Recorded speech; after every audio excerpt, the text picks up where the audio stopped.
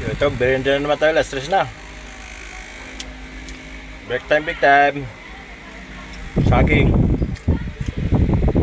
Merienda na natin yung saging ka natin kanina.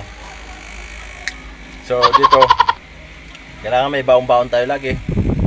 Kasi pag sinabing takbo, pero lamang naman dito yung pahinga. Habang walang riders, naghihintay tayo sa riders.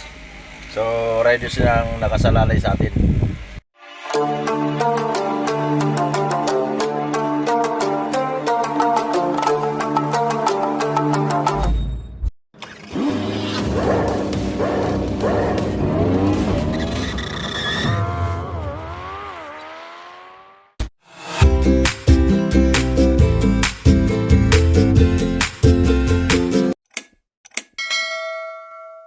Araw, panibagong vlog na naman si Kuya Umbao. So mga i-flex ko lang yung mga ginagawa ni Kuya Umbao ba.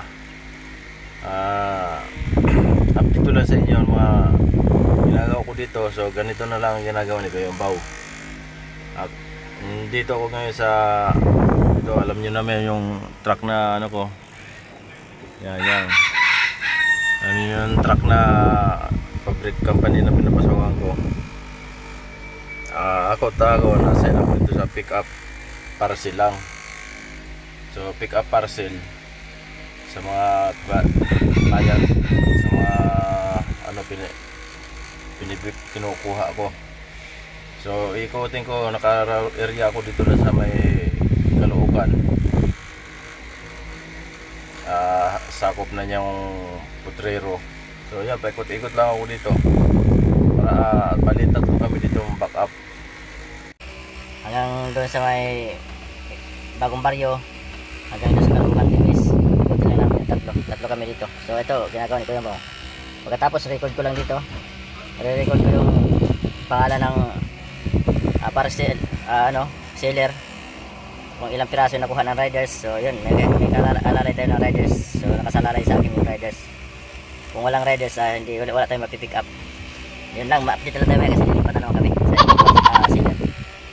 Yun lang gagawin natin. Lista yung na-pick up ng riders yung kung ilang yung parcel. Tapos lipat na naman ito sa kabila. Lista na naman ng odometer, lista ng oras, ganun lang. Tapos lipat na ng seller kabila. Lista ulit. Ganun lang yun. Kaya busy ko yung sa pag YouTube.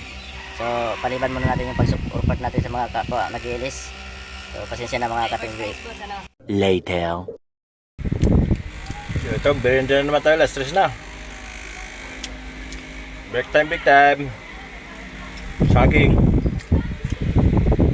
Merienda na natin yung saging ka natin kanina. So dito, kailangan may baon-baon tayo lagi. Kasi pag sinabing takbo, pero lamang naman dito yung pahinga.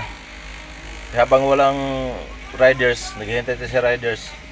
So riders ang nakasalalay sa atin. Habang wala pa yung riders nag-iikot, habang may ginagawa, so pwede tayo magmerienda-merienda. Kung matagal, pwede ka matulog. Sa'yo yan, isingin ka na lang na riders na alis na tayo. Pero dito sa amin, sa pick up, so hindi tayo makakatulog kasi mabilisan. Yung nakakapapahinga lang. So, dito may pahinga naman, pero mamaya yung lugar na matagal,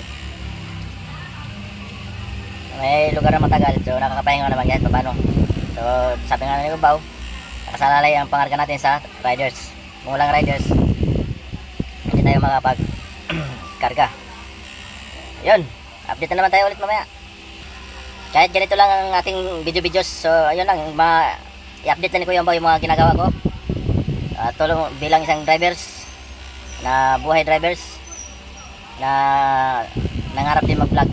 Sana suportahan nyo lang si Kuya Umbao, patuloy nyo po support si Kuya Umbao para sakali may malinaw ang pag-iisip at ang mga mata dyan na tumulong sa atin, ng mga malalaking vloggers, na mga talagang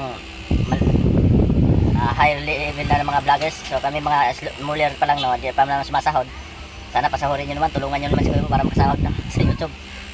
I-collab si Kuya Umbao para matulungan nyo si Kuya Umbao na bilang isang driver na nangangarap na mag-vlogs. So shout out kay R.A. Garcia. So maraming salamat sa panood mo sa aking LS. Sa support mo sa LS ko, sa mag-supportan ko rin yung hindi naman kita kailangan supportan kasi malaki na yung bahay mo. So mayroon ka ng good silver, o silver na yung mo, yung laki sa YouTube. So yun, set up sa'yo. Ang dapat mo supportan si Kuya Umbo na lang humingi ng tulong sa inyo ng support. Supportan mo naman si Kuya Umbo, R.A. Garcia, idol ng mga artista. Mga kartista yan, mga kartista yung ano niya dyan, nickname. Mga kartista, yan, siya yung si R.A. Garcia. Shoutout sa lahat ng mga R.A. Garcia dyan.